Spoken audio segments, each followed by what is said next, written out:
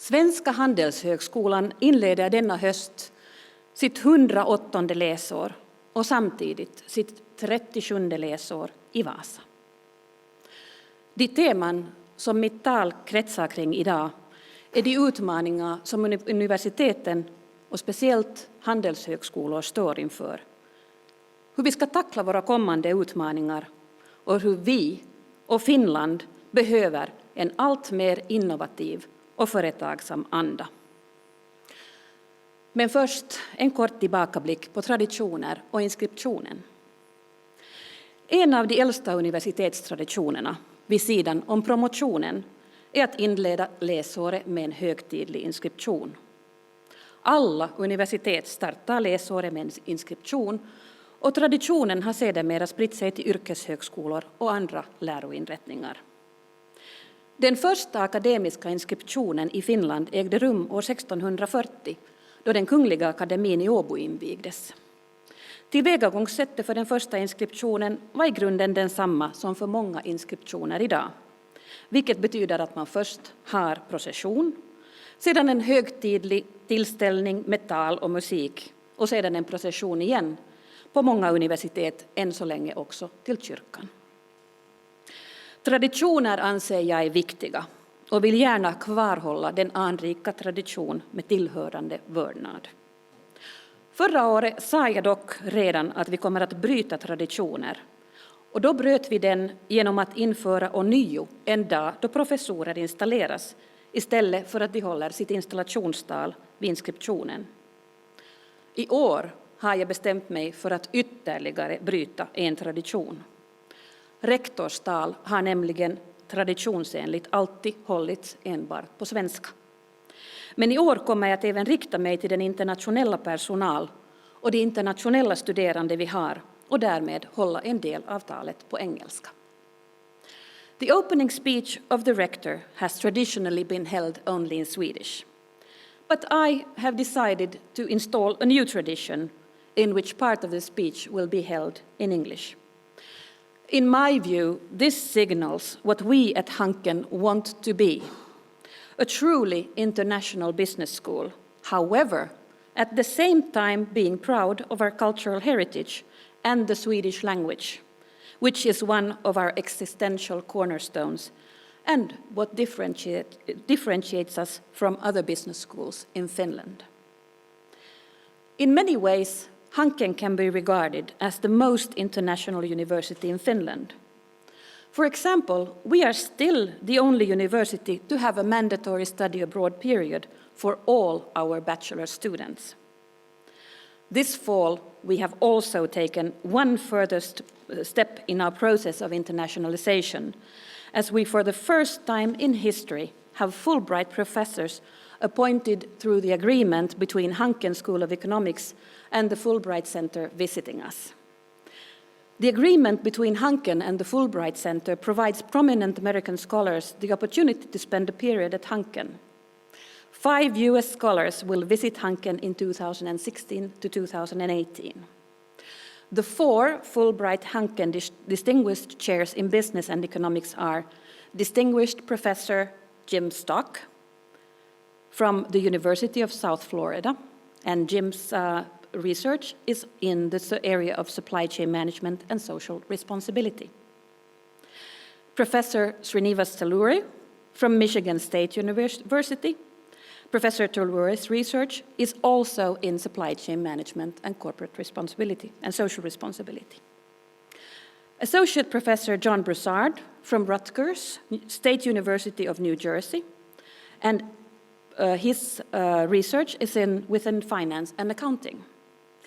Associate Professor Ruby Lee from Florida State University, who conducts research within marketing. In addition to these 4 well-reputed US scholars, the holder of the Fulbright Nokia Distinguished Chair in Information and Communications Technologies, Professor Carol Tenopir from University of Tennessee, Knoxville, will stay at Hanken also.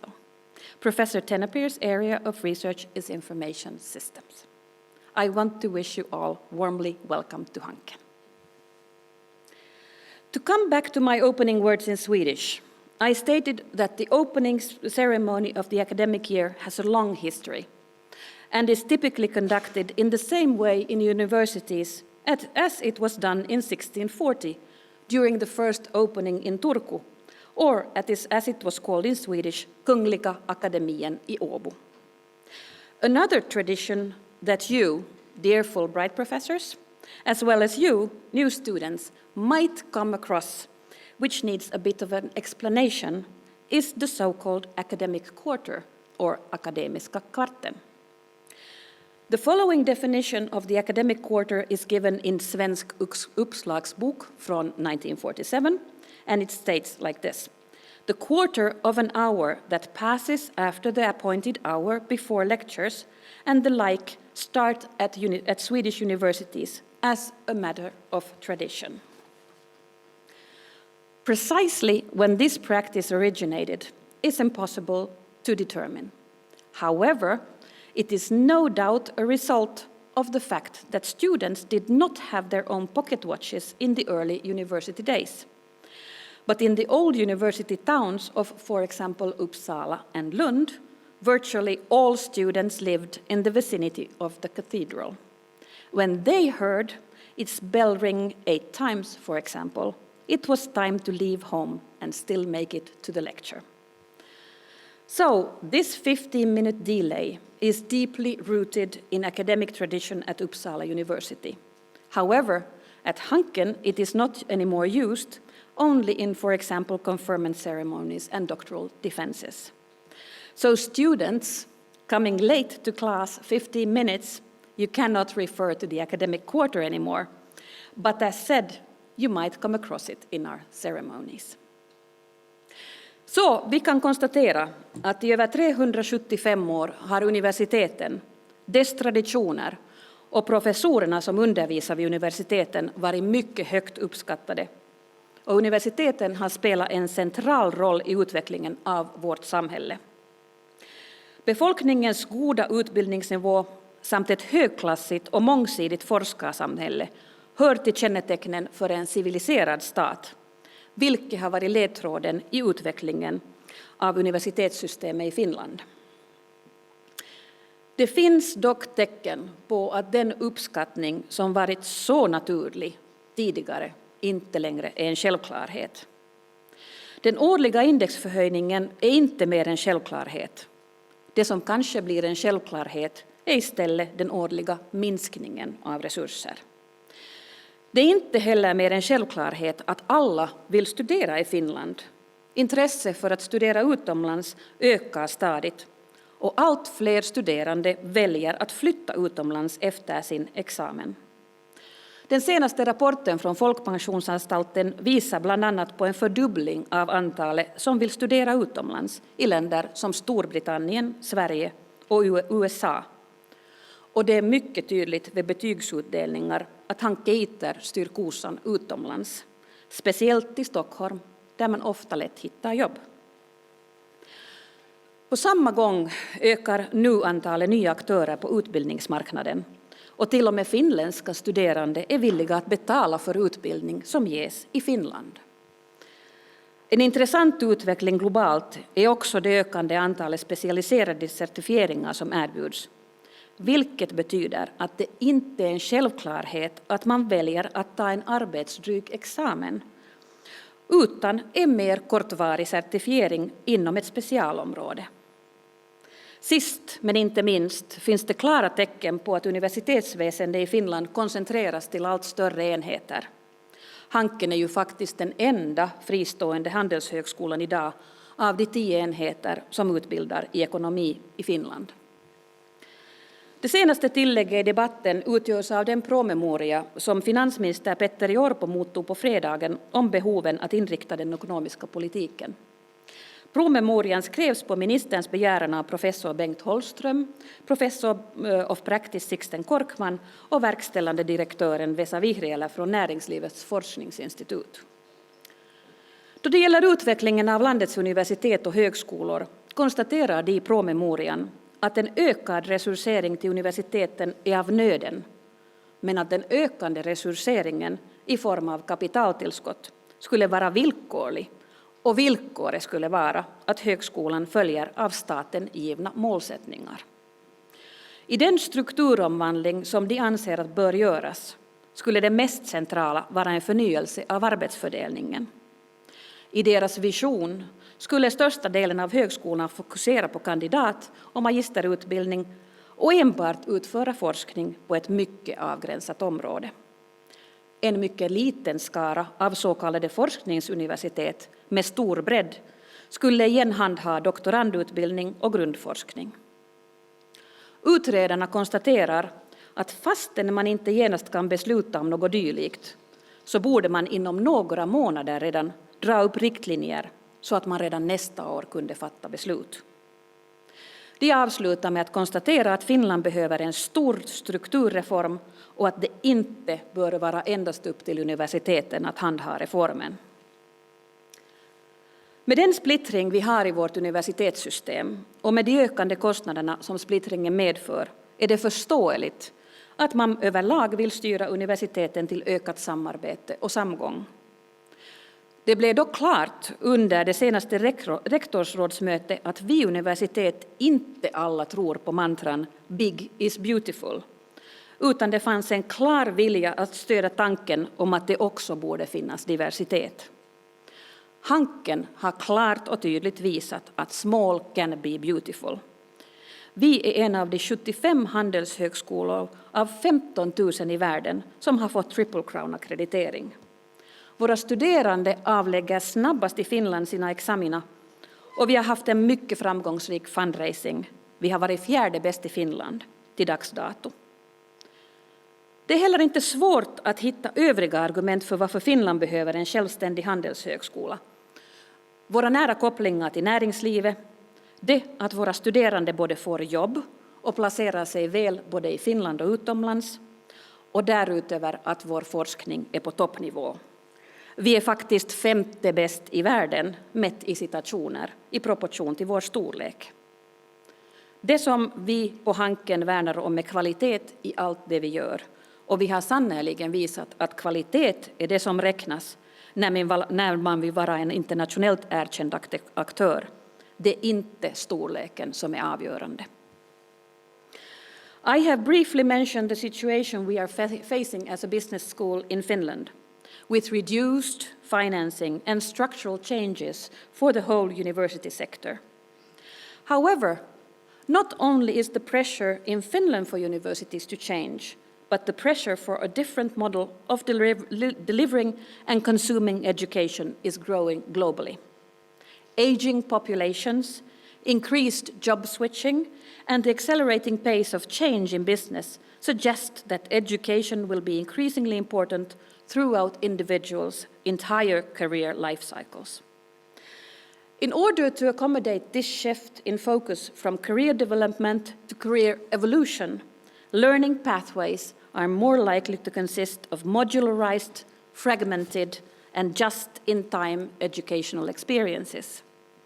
Many actually predict that the future of learning will involve consumption of education from different providers, sometimes highly structured and at times more fluid, and at different levels of formality, all resulting in the building of a portfolio of credentials over time. Certifications, which are specialized and industry-specific, are hereby growing in demand. So the question has recently been asked, is the certificate the new college degree? With the rising cost of college tuitions, the lengthy process of study, and the lack of available jobs for graduates, more and more students will surely turn to the idea of a short and cheap certificate instead of a college degree. Therefore, it is also easy to understand why one of our accrediting bodies is now launching a new series, the EFMD Online Course Certificate System, or EUCS. It is an international online course certification system designed to evaluate the quality of online business and management-related courses that either stand alone or constitute part of a certificate program. EUCS is in contrast to the business school accreditations open to any institution, including higher education, corporate institutions, and public agencies. So all in all, what we are seeing is that there are many changes going on in the educational field. A prominent scholar, Professor Ulrich Hommel, who is also the Director of Quality Services at EFMD, pointed out recently that the only thing business schools can be certain about in the future is uncertainty. In his speech, however, Professor Hommel also pointed out solutions for the business schools of the future. One interesting solution he proposed was the notion of smart networks. Smart networking draws on the idea that networking is one of the most powerful tools for personal and professional advancement. Successful people know this. They introduce each other to new business opportunities and invest time and energy into each other's initiatives. But a smart network is more than just a passive list of contacts. Just because you have it in your Outlook, just because you have your Facebook friends or your LinkedIn friends, that's not truly a network. A network is if you send out an email and you need something, how many people respond? That is a network. The key to smart networking is creating value for others and helping make them more successful. When you help others become more successful, then you become truly successful. The other main business school accreditor, the AACSB, has in line with this thinking envisioned a framework that would work as a guide for business schools to thrive in the years ahead. In their vision, they establish the concept of co-creation, in which they argue that the future calls for business schools to capitalize on academic strengths in order to grow and develop the rich space between theory and practice in ways that positively impact society. To do so, schools will need to pursue strategies and that position themselves at the intersection of industry and practice as partners in the knowledge creation ecosystem rather than just being suppliers. Co-creation also refers to the pursuit of new insights through collaborative networks of business schools, as well as through connections with other disciplines. At Hanken, collaboration has already for a long time been a cornerstone in our development. We have built partnerships with many universities to enable our student exchange, but at the same time, there has been a more strategic view on partnering, in a way, as earlier described, smart networking or building true relationships. One of these relationships is the partnership with Stockholm School of Economics in the form of the creation of Hanken SSC Executive Education. We are now seeking to engage in even further collaboration with SSC in different forms. We have also recently signed a collaborative initiative between Hanken and MIT, in which we will partner up around the theme of humanitarian logistics. In this collaboration, the focus is on joint research and faculty and student exchange, hence creating value for both parties. Styrka genom samarbete är ett av de teman som genomsyrar det pågående strategiarbetet. Under hösten ska strategiarbetet vara färdigt och Hanken ska ha en ny strategi. I den strategienkät som vi utförde bland personalen, studerande och övriga intressenter, såsom våra Hanken-ambassadörer, var svaret på hur vi ska tackla kommande utmaningar mycket likt det jag just beskrev. Vi bör samarbeta mer. Vi bör också satsa ännu mer på internationalisering i allt vad vi gör och vi ska se till att vi har hög kvalitet i all vår verksamhet. I det avtal för den kommande 4-årsperioden som vi skrev under på våren med ministeriet har vi också framfört att samarbete är just en av hörnstenarna för att möta kommande utmaningar. Ministeriet tilldelar pengar enligt avtalet och samarbete utgör alltså en central del av den här finansieringen.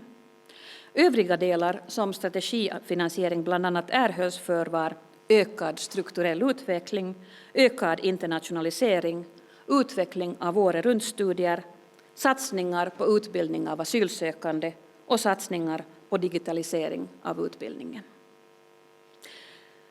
I tillägg har universiteten, i enlighet med ministeriets önskemål, förbundit sig till att satsa på utvecklingen av entreprenörskap.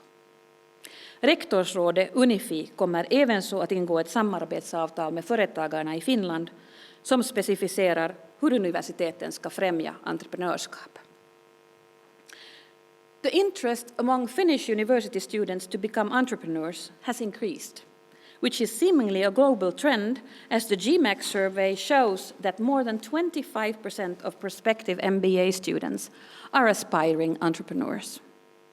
In Finland, the interest in becoming an entrepreneur is also on the rise. However, there is still, according to the Ministry of Education and the Federation of Finnish Entrepreneurs, reason to spark this enthusiasm even more concretely. In many ways, business schools have already taken the lead in developing a body of knowledge about entrepreneurship and innovation.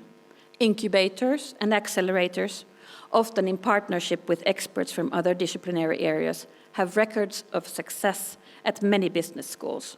For example, at Stockholm School of Economics, or Handels, as we call it more familiarly. SSC Business Lab at Handels is a wholly owned non-profit subsidiary of SSC and offers its services without cost to teams, including at least one SSC student or alumni. Since its start in 2001, SSC Business Lab has generated over 100 companies that together have created more than 2,000 new jobs and more than 3 billion Swedish crowns in combined revenues.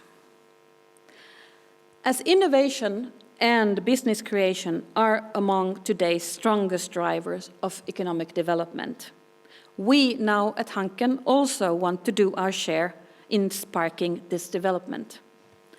In order to do so, we have decided to launch a new initiative, Hanken Business Lab, which will be called Torget in Helsinki and Stugan in Vasa. Torget, the square, and Stugan, the cottage or shack, will not only be meeting places for those interested in entrepreneurship, but as we see it, a meeting place and a hub for startups, those also interested in scaling up, as well as for companies or university spin-offs. In addition, it will offer a base where our alumni can meet prospective entrepreneurs, mentors can meet with mentees, and a freely provided space for companies to have meetings. Hanken Business Lab will have an appointed director, Markus Vartiovaara, but I also have the pleasure to announce the installation now of our first executive in residence in our newly founded executive in residence program, Hendrik Steinbrecher. Prior to taking this role now as executive in residence at Hanken, he was territory senior partner for PwC in Sweden. He is now an advisor to families and their boards and to entrepreneurial businesses in the Nordic region, and also actively engaged in the real estate sector and works with a number of not-for-profit organizations to promote productive philanthropic activities. He will be sitting in the business lab together with Markus during his visits to Hanken, something he really pointed out himself as important in terms of engaging with our students. With Hendrik's profile in mind, wanting to work with not-for-profits and philanthropy, I think we would also have a very good opportunity to be a bit more innovative in terms of our activities at the lab. As they say in the AACSB vision, business schools cannot breed innovation without being innovative themselves. Like the entrepreneurs they support, business schools should also embrace some risk, taking a stand, for example, to support students interested in careers at startups or socially oriented organizations. I think that as a school with social responsibility at its core, this feels only natural. Extending also our refugee commitment to including, for example, aid for refugee startups would be one way of having an even broader impact. Impact, eller inverkan, är alltså något som handelshögskolorna måste, i likhet med övriga universitet i Finland, påvisa att det är något som vi har på det omgivande samhället. Jag tror att Torget och Stugan kan ha en stor roll i form av den inverkan vi har. Och jag hoppas få följa med hur ett antal företag startas och också utvecklas i samarbete med näringslivet och också övriga universitet. Bland annat har vi också kommit överens om med Konstuniversitetet att vi kommer att anordna gemensamma tillställningar där konststuderande möter hankeiter. Något som jag tror att kan vara mycket produktivt och intressant för båda parterna och där vi kan skapa värde för varandra. Så det tror jag starkt att kommer att ha en stor inverkan, men att också ha en inverkan genom att hjälpa exempelvis asylsökande grunda egna företag. Det är något som jag anser vara impact som heter duga. Jag vill nu ännu vända mig till er bästa nyblivna hankeiter. Det Hanken som ni idag börjar studera vid ser mycket annorlunda ut än när jag inledde mina studier år 1982. Det som många alumner säger är att det som är handgripligt är att Hanken blivit så mycket större i omfång och mycket mer internationellt. Och visst är det sant. I mitten av 1980-talet hade Hanken ett engelskspråkigt magisterprogram och för det mesta så talar vi engelska i klassrum med endast några få eller ibland inga alls utländska studerande. Idag har vi 6 stycken engelskspråkiga program varvid ungefär hälften är utländska studerande. Vår personal består av ungefär 1/4 internationell personal och dessutom så kommer ni alla att få uppleva en obligatorisk utlandsperiod, något som hör definitivt till de mest uppskattade bland våra studerande. I år hade vi ett rekordantal på 835 ansökningar till de engelskspråkiga programmen och över 1100 personer sökte till kandidatutbildningen. Till den 5-åriga utbildningen antar vi också en del studerande på basis av studier vid öppna universitetet. Hanken erbjuder för dessa så kallade snabbledspaket som består av grundkurser som avläggs under ett läsår och som uppfyller kraven för antagning. Öppna Hankens snabbledspaket både i Helsingfors och Vasa såldes slut på 4 minuter i år. Så det finns verkligen ett stort intresse för att studera vid Hanken. Orsakerna till att just ni valde Hanken, bästa nyantagna hankeiter, kan vi förstås bara spekulera i. Jag hoppas ju att högskolans goda rykte spelar in här, men också att ni har kommit hit för att skaffa er en gedigen och god utbildning. En del av er har säkert helt klart för er vad ni vill, medan andra strävar efter en utbildning som ger breda möjligheter till olika uppgifter i arbetslivet, både nationellt och internationellt. Oberoende av vilken orsaken är så är det idag en viktig dag i ert nya liv som universitetsstuderande och jag vill passa på att önska er hjärtligt välkomna. Som framgår av mitt tal har jag konstaterat att framtidens universitet och Hanken därmed står inför stora förändringar och utmaningar och att en av de centrala frågorna gäller finansiering av universiteten. Den externa finansieringens betydelse för Hanken nu och i framtiden är stor. Den verksamhet vi har idag kan inte bedrivas enbart med statliga medel.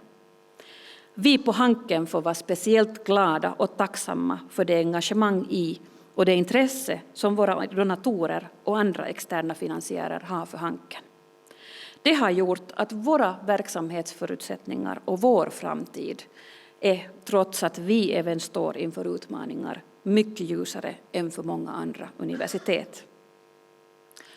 Idag har jag också slutligen den stora glädjen att få meddela att Hanken inleder sitt 108:e läsår med 1 miljon donation från familjen Erling Perssons stiftelse. I och med donationen har medelinsamlingskampanjen Hanken Returns nu samlat in över 6,5 miljoner euro. Det är den andra donationen stiftelsen gör till Hanken och vi är mycket tacksamma för det stöd stiftelsen gett och för den tilltro man sålunda visar Hanken och vår förmåga att bidra med forskning och undervisning till samhället i stort. Hanken, as all universities in Finland, are up for true challenges in terms of funding. And therefore, I am very happy and proud to be able to announce a 1 million euro donation from the Erling Persson Family Foundation. As a result of the donation from the Swedish Erling Persson Family Foundation, the fundraising campaign Hanken Returns has now raised over 6.5 million euros. This is the foundation's second donation to Hanken. With these good news and words, I want to wish you all welcome to our new academic year. Med dessa ord önskar jag således er alla, forskare och lärare, övrig personal, studerande, Hanken-alumner, vänner och samarbetspartners välkomna till detta nya läsår. Genom gott samarbete är jag övertygad om att vi kommer att klara kommande utmaningar. Och med hjälp av innovativitet och företagsamhet kan vi bidra till en positivare utveckling för vårt land. Med dessa ord förklarar jag Svenska handelshögskolans läsår öppnat.